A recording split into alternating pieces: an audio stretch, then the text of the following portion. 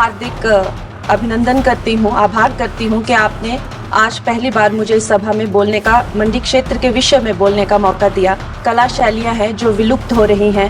हमारे हिमाचल प्रदेश में जो एक घर बनाने की कला शैली है, वहाँ भेड़ और याक की ऊनों से जो है विभिन्न वस्त्र बनाए जाते हैं, लेकिन हमारे यहाँ पे पूरी तरह से जो है ये जो एक्सटिंक्ट हो रहे हैं उनको बढ़ावा देने के लिए क्या कदम लिए जा रहे हैं। आदरणीय श्री काशीराम जी, जिन्हें बहुजन नायक और मानवर के नाम से भी जाना जाता है, एक भारतीय राजनीति में और समाज सुधारक थे, जिन्होंने बहुजनों तथा देश में सबसे निचले स्तर पर अछूत समूह सहित पिछड़ी जातियों के उत्थान के लिए कार्य किया। वास्तव में वह एक जमीनी कार्यकर्ता थे, मानवर तथा जिन्होंने सदायगी जीवन व्यतीत करते हुए दलितों के लिए अपना पूरा जीवन समर्पित किया।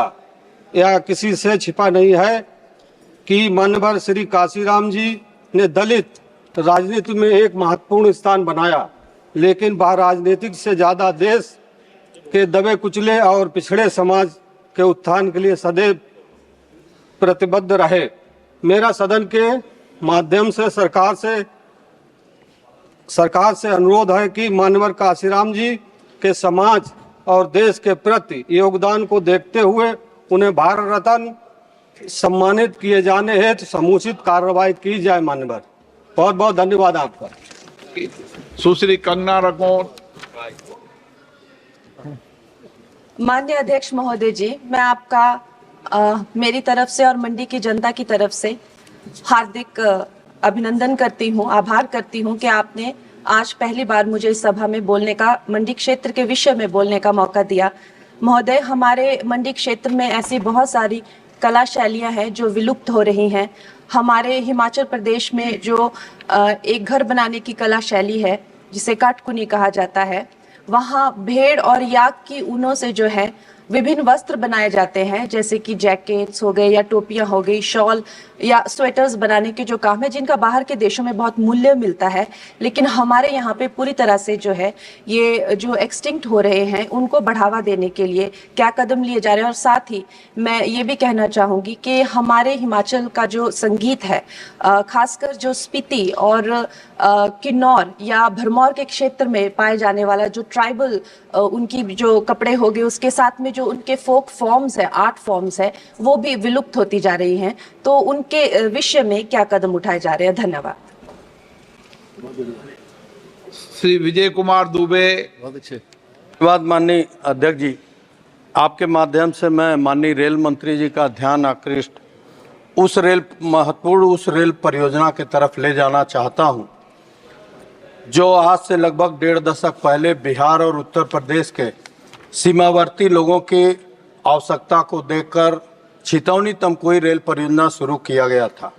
7-8 साल के अंदर 4 किलोमीटर पटरी बिछाकर और एक नया रेलवे स्टेशन छितौनी का पूर्ण करा के वो परियोजना बंद हो गया था।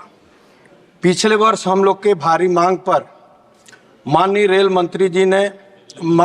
मंत्री जी के निर्देश पर रेलवे बोर्ड ने फरवरी माह को इस बंद पड़े परियोजना, जो 7-8 साल से बंद था, पड़े परियोजना को डिफ्रीज करते हुए इसका नया डीपीआर गोरखपुर रेल महाप्रबंधक से मांगा। आज 5 महीने से इस लंबित परियोजना के तरफ मैं ध्यान आकृष्ट करते हुए माननीय रेल मंत्री जी से मांग करता हूं कि अति महत्वपूर्ण बिहार उत्तर प्रदेश के सीमावर्ती लोगों की आवश्यकता को पूरा कराने के लिए बंद पड़े परियोजना को पुनः शुरू कराया जाए। धन्यवाद माननीय। श्री सुरेश कुमार कश्यप।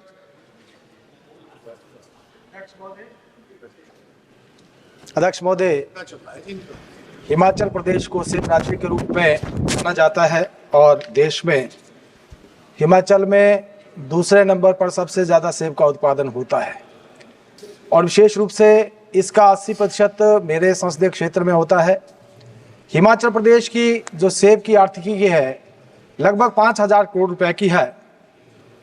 अध्यक्ष महोदय, प्राकृतिक आपदाओं के कारण, बर्फबारी न होने के कारण भारी बरसात के कारण और कई बार ओलावृष्टि के कारण सेब की फसल बर्बाद हो जाती है और किसानों को और बागवानों को बहुत बड़ा नुकसान उठाना पड़ता है। मेरा आपके माध्यम से केंद्रीय कृषि कल्याण मंत्री और माननीय प्रधानमंत्री जी से निवेदन है कि अन्य फसलों को जिस प्रकार से फसल बीमा योजना के तहत लाया गया है, सेब की खेती को भी फसल बीमा योजना के तहत लाया जाए, ताकि बागवानों को जो आपदाओं के कारण नुकसान होता है उससे उसकी भरपाई की जा सके और किसानों को मदद की जा सके। आपने मुझे बोलने का मौका दिया, आपका बहुत बहुत धन्यवाद।